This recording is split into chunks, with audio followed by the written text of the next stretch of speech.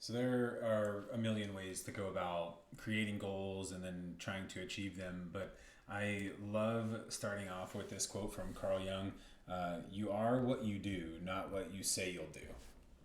That follow through part is always the hardest part. Around this time of year, we do all this work on creating goals, but we don't really break down how we're actually going to achieve them. By this point, if you're watching this, I'm sure you've heard the term like a SMART goal. That's specific, measurable, actionable, realistic, time based. I think that's been hammered into the ground. But if you need help with that, there's plenty of videos on there. I want to address how you actually achieve those SMART goals that you identify. And I think you do that with radical honesty. Starting with radical honesty, at least.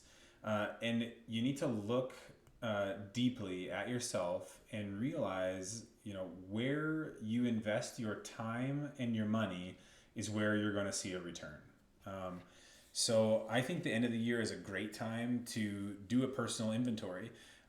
Take a look at your calendar first. Where do you actually budget your time? And if you're not using a calendar all the time, just start using one. It makes your life so much better to stay on top of things, to stay on track.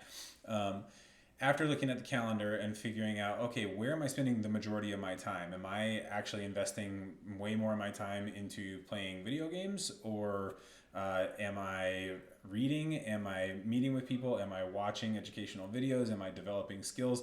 Am I just working my life away, working for somebody else? Where am I actually spending my time? After you're done looking at your calendar, take a look at your bank account. Where do you spend your money? And like most of us, we think we have a pretty good idea of where we're spending our money. But it's a lot like a food diary. And, we always think they're like, oh yeah, I eat well all the time. I have a really good, handle on my macros and I'm doing fine. And then we do a food diary and we're like, whoa, I'm actually a little bit more out of balance than I thought. So actually take a look at your bank account. It can be really, really enlightening. The next thing about goal accomplishment is extending our time preference. We live in the time of instant gratification, and this time of instant gratification just feeds our addictions and our lower selves. And no matter who you are, these are really difficult things to escape from.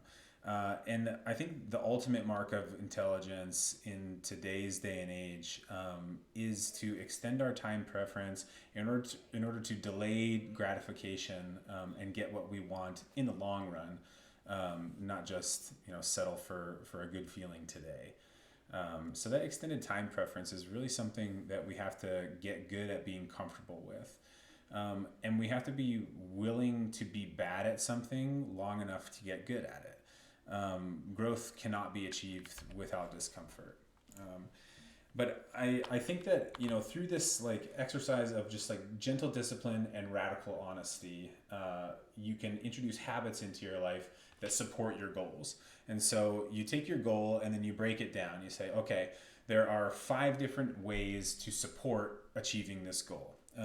The first thing is just identify low-hanging fruit surrounding the goal.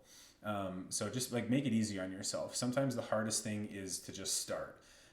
Whether it's a huge goal, like, hey, I want to start up an online business, or it's a smaller goal, like, hey, I want to start getting back into the gym. Look for that low-hanging fruit first. It's like when you're moving, like it just seems so insurmountable when you are like, oh my gosh, I have this massive house to pack up and all this crap that I got to shove into boxes. I don't know how I'm ever going to get this done. Start with a small room. Just start and just knock something out. And then before you know it, another room is done, and then another room, and then another room. And by the end of the week, you're packed and you're ready to move. So start with that low-hanging fruit. The next part of habit development is establishing the essentials that need to be done daily up front. Determine what your essentials are. So, kind of like even not supporting that goal in particular. Is your family essential? Do that up front. Is meditation and mindset essential for you? Do that up front. Do it first thing in the morning. Like make sure you dedicate time to that. so you can spend the rest of your time doing the other things that you need to do. We get tired as the day goes on. Some people are just machines and they can just crank workout all day long. But if you're anything like me, you're way more effective early on in the morning before you start getting distracted and before things start coming up, things like that. So prioritize the essentials first. The next thing I want to talk about is creation and removal of friction. So create friction surrounding your goals that make bad habits harder for you to do. I want to save money next year, right? So creation of friction that makes it harder for me to spend money. Maybe delete my auto pay information from my Amazon app, something like that.